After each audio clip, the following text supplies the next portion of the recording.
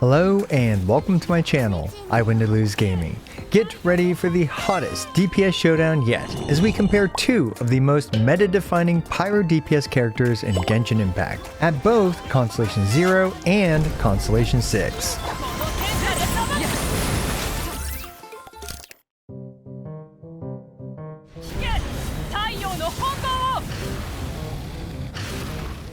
I threw out a poll for you guys to see if you wanted the Constellation 0 portion of the DPS Showdown to feature free-to-play event weapons or Refinement 1 signature weapons. And while these signature weapons won out by a substantial margin, there's enough of you who wanted the fully free-to-play friendly craftables that I decided to include them as well. Yeah, you heard that right, this DPS Showdown will include comparisons at free-to-play achievable Constellation 0 levels with event weapons, and at Constellation 0 with their Refinement 1 signature weapons, and finally at Constellation 6 Refinement 5 crypto billionaire builds. But really quick, are you tired of playing your mobile games on potato settings? Well, you can play it on Pro-tato settings with today's sponsor, the Red Magic 10 Pro. Win more games with the brand new latest model from the Red Magic series, the Red Magic 10 Pro, sporting the latest, most powerful hardware to run behemoth mobile games like Genshin Impact at max settings. This 10 Pro Max Gigaphone is the first phone to have a full 1.5K screen with an exclusive BOE X Red Magic AMOLED display, a colossal 7050 mAh battery, a 1.25mm ultra narrow frame border and bezel with a 95.3% screen to body ratio, and even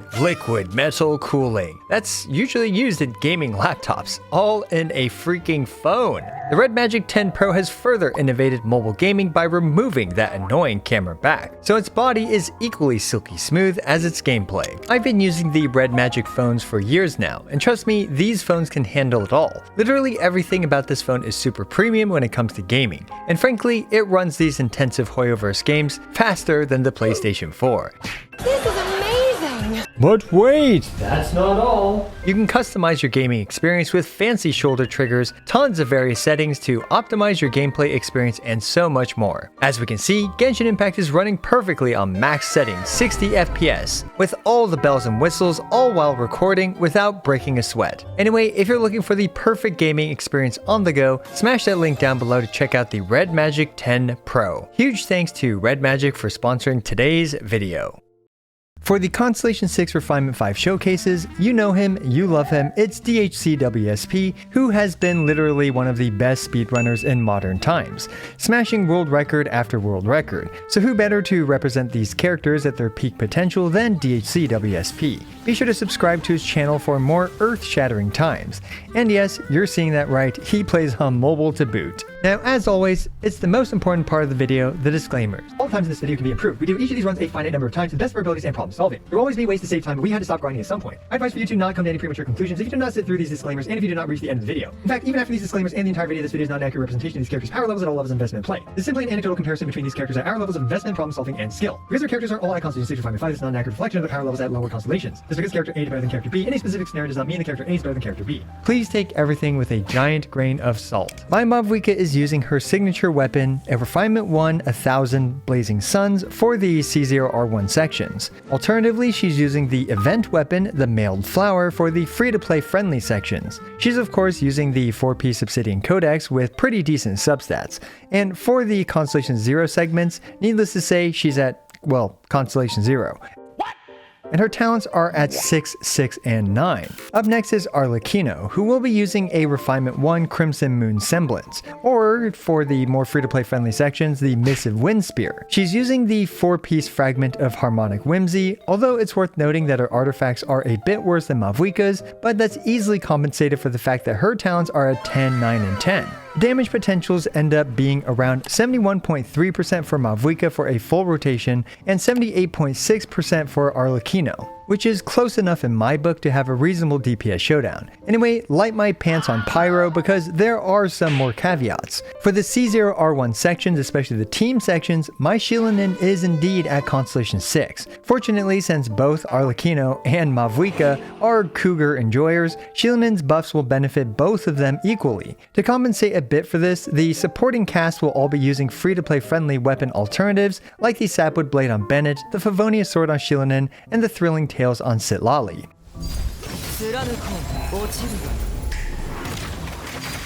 Starting off with the free-to-play friendly setup against our obligatory Regisvine friend.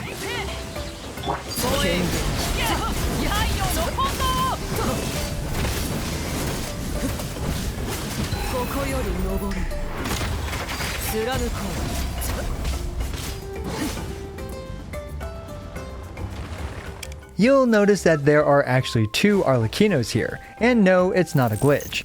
I have two scenarios, one where precasting is not allowed. This means that Arlecchino doesn't have the luxury of waiting 5 seconds for the shiny X to appear, and well, this hurts her damage output significantly. However, thanks to her burst resetting her skill's cooldown, she is able to get another skill off in time to still take out a Regisvine friend. As for Mavuika, unfortunately the mailed flower is a bit worse for raw pyro damage than the missive wind spear is for raw pyro damage, but she's still able to comfortably single cycle the Regisvine, and much faster than Arlecchino with no precasting involved. However, if we do allow Arlecchino to precast and stack 200 Bond of Life before the fight, she's able to actually take out our Regisvine friend the fastest in just 4.82 seconds. However, it's worth mentioning that having 200 Bond of Life is frankly pretty impractical outside of long, drawn-out overworld scenarios. As such, only for our Regisvine friend will we be including 200 Bond of Life showcases. Anyway, let's move on over to C0R1 versus our Regisvine friend.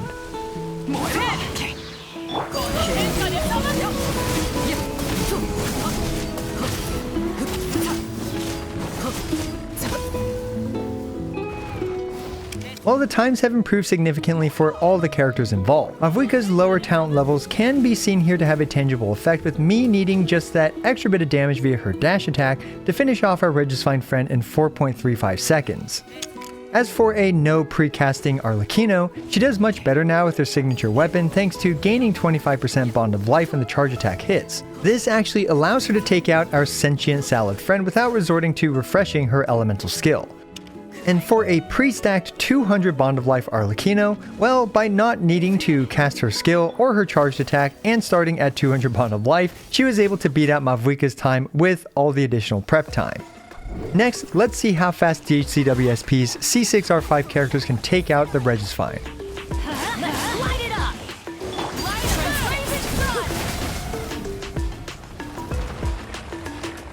Alright, no surprise here, Mavuika's burst is completely overkill for a literal plant. This is a reasonable and expected one-shot of our Regisvine friend.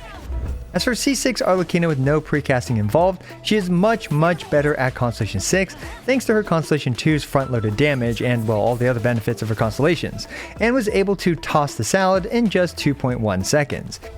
And finally, if we allow Arlecchino to precast and pre-stack Bond of Life, well, at Constellation 6 the difference is much smaller compared to at Constellation 0 because of her Constellation 2 among many other factors doing the heavy lifting. Now again, moving forward, no more pre-stacking Bond of Life for Arlecchino, but I felt like for the Regisvines I'd include at least a few examples due to it being a thing in the overworld. But since you can't do this in the Abyss, again, no more Bond of Life stacking.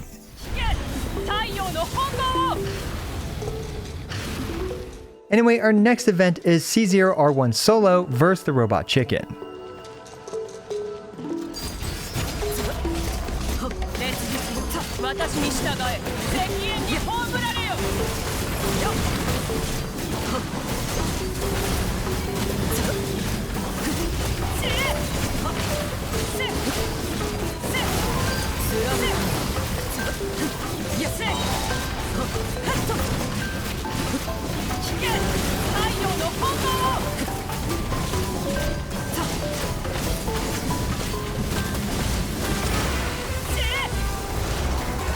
Now this is definitely where Mavuika's talent levels matter a lot more due to her basics and charged attacks hitting for a lot less.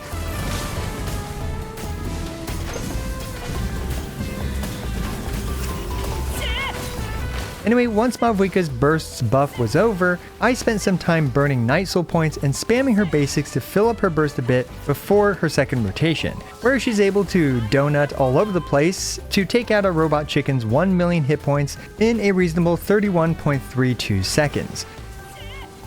Arlecchino's run was also shockingly close, demonstrating that for raw solo pyro damage at C0R1, their damage output is quite similar, at least based on this literally one anecdotal run. Now it's worth mentioning here that I am not good at some sort of B3 walk cancel tech with Arlecchino, and that might help her out a bit, but alas, I did the best that I could here, and besides, Mavuika's talent levels aren't even maxed.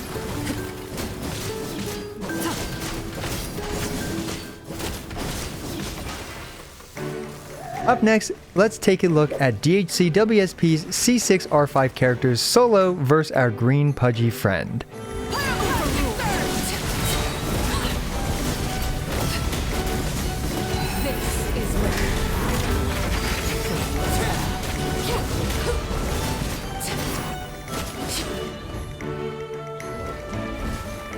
Green Pudge has around 1.645 million hit points and is a great punching bag for DHCWSP's C6R5 characters. As we can see, Constellations really skyrocket their performances, but with Mavuika pulling solidly ahead at the whale levels, and clearing this in 8.32 seconds. Arlecchino, however, at C6R5 is also no slouch, and dealing 1.6 million damage in 12.93 seconds is still an incredible feat. But let's be real, feet can't match the speed of a motorcycle.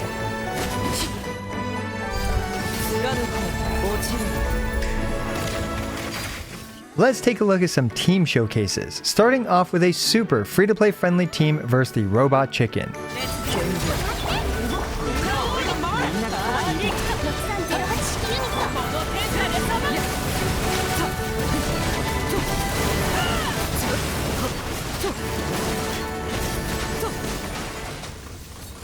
For this free-to-play friendly showcase, I stuck with 4 stars only. Even with such a team, Mavuika's front-loaded nuke damage really helps her out here a lot, allowing her to do a triple melt to quickly one-cycle our Robot Chicken friend in 10.77 seconds. Granted, follow-up rotations are a bit less powerful due to not having 200 fighting spirit, but we will address that in a future section.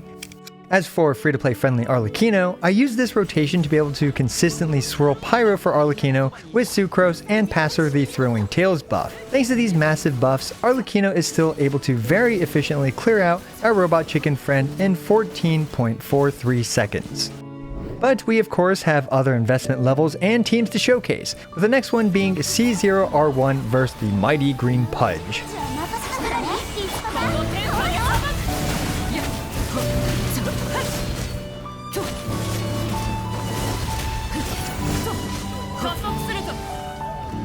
Now I'm pretty sure with a crit fish build and a crown, Mavuika can come pretty close to one-shotting this thing at C0R1. Again though, my Shilinin is at Constellation 6, but fortunately she's best in slot for both Arlecchino and Mavuika, so I think it's still a fair comparison. Anyway, Mavuika's front-loaded damage is absolutely dominating our green pudgy friend in just 8.82 seconds. Now, Constellation 0 Refinement 1 Arlecchino still did really well in this situation, and funnily enough, her new best team for maximizing her own damage output is the same as Mavuika's team. Unfortunately, C0R1 Arlecchino doesn't have nearly as much front-loaded melt damage as Mavuika does, and unfortunately Arlecchino can't even capitalize on the extra bond of life from her weapon because she needs to do a charged attack cancel to melt her damage. Now this brings up a really interesting issue. Citlali was definitely designed for Mavuika, and reasonably well designed for Arlecchino, but Arlecchino's synergy with Citlali isn't perfect. Still, a great performance for Arlecchino, as 13.58 seconds to do 1.6 million damage is still incredible. And finally, we need to take it up another notch for DHCWSP's C6R5 characters to this 9.26 million hit point bird thing.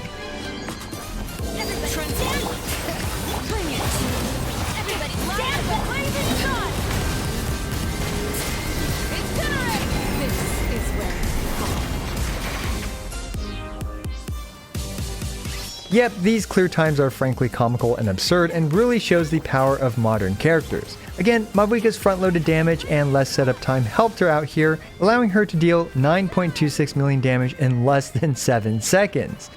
Arlecchino's performance here is still incredible as well, dealing the comically high HP pool in just 10.2 seconds, so hats off for DHCWSP for his incredibly broken C6R5 characters.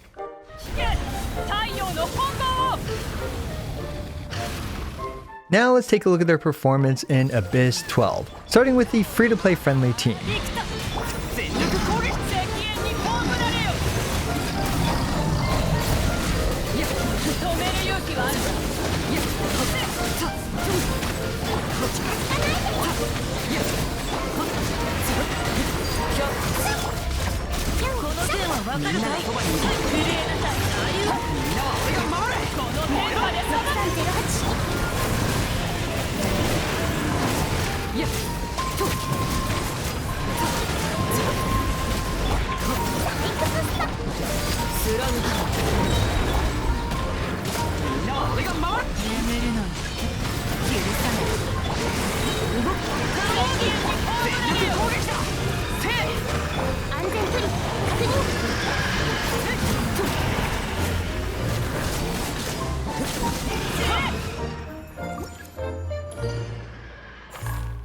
Frankly speaking, Mavuika's completely free-to-play friendly options aren't incredible at the moment, given our very meager roster of 4-star Natlan characters. Still, even with poor Night Soul regeneration, and only one Natlan character to support Mavuika, she's able to easily clear this very beefy Abyss 12-1 too. You'll notice that I intentionally sat behind the Primo Geovishap to delay its blowing itself up attack, and waited a bit to use Mavuika's burst to capitalize on the boss's lower resistance after it blows itself up on a shield, finishing this chamber off by the 3rd rotation.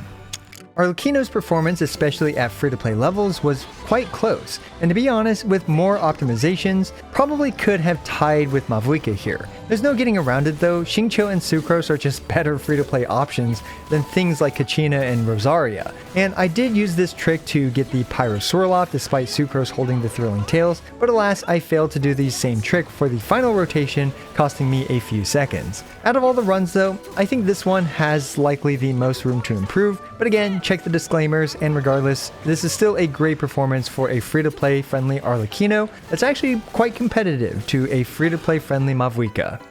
Now let's see how their C0R1 teams perform.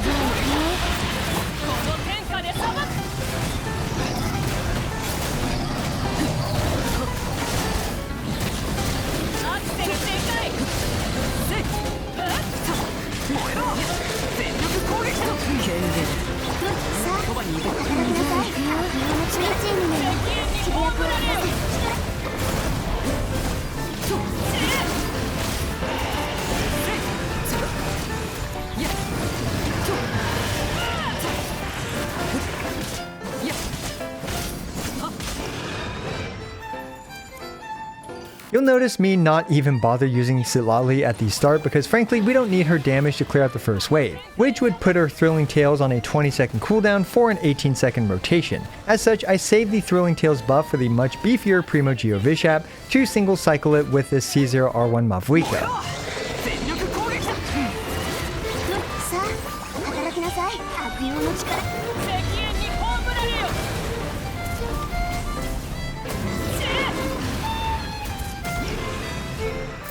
And I actually incorporated the same strategy for C0R1 Arlecchino as well, bypassing the need to use Sitlali to clean out the first wave. Although after watching this run, I'm actually very unsatisfied with it due to dash cancelling her charge attack and thus losing 25% bond of life, but alas I cannot go back in time to this Abyss to redo this run, and also there's a chance that perhaps Yelan might have done better here, but I did think it would be unfair to use my Constellation 6 Yelan as a replacement for Constellation 0 Sitlali, and Sitlali did just fine here. While Arlecchino was a bit slower again, largely due to the lack of a massive front-loaded damage nuke, at Constellation 0 she still effortlessly cleared this chamber with way more than plenty of time to spare. But just to have another data point, I took C0R1 Mavuika and Arlecchino through the new Abyss version 5.3.12.1.1.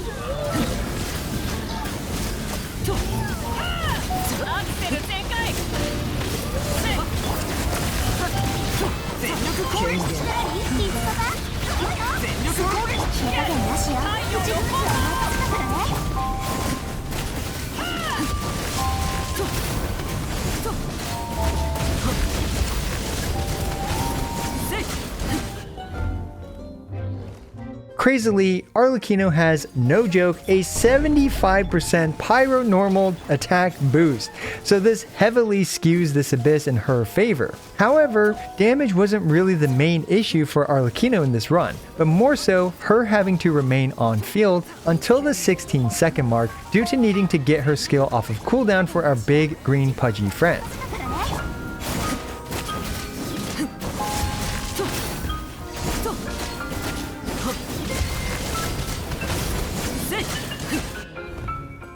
Mavuika started to rotate through her supports at just the 13-second mark, which explains the time difference between these two at this level of investment. So while the 75% pyro normal attack boost heavily favors Arlecchino here, the bigger issue was just the amount of time the first rotation took, leading to these C0R1 clear times.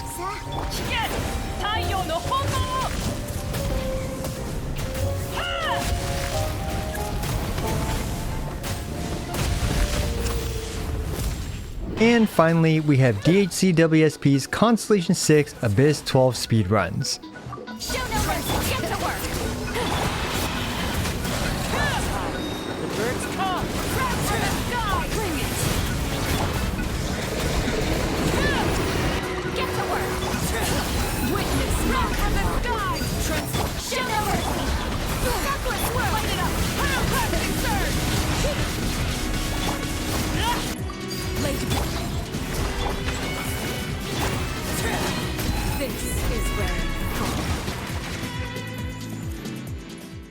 Yeah, Mavuika is absolutely destroying records, able to cleave through even the mighty roaring Primo Geo Bishop's elevated resistances.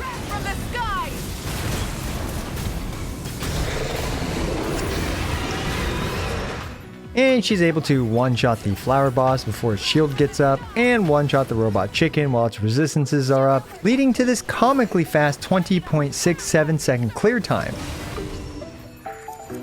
As for Arlecchino, unfortunately her damage was just short of being able to chew through the Primo Geo Bishop before its resistances dropped. However, DHCWSP does think that perhaps with the Staff of Scarlet Sand, Arlecchino might be able to do it. Witness my rise. Regardless, Arlecchino also unfortunately doesn't have a fast enough nuke to kill the flower boss before its shield goes up, leading to the Ayaka choice here to quickly break through its shield. Fortunately, with a couple extra seconds though, she can take out a robot chicken before it decides that chickens can indeed fly. Now as for the new Abyss, since it was released literally today, as of editing this video, the times are nowhere near finalized. But for the top half, we're seeing around 13 seconds clear time for Mavuika, and 11 seconds clear time for Mavuika, plus another Natlan DPS like Mulani or Chaska. And finally, 15-second clear so far for Arlecchino. These are still incredible clear times, although admittingly, Arlecchino does have that 75% pyro normal attack damage buff, but still.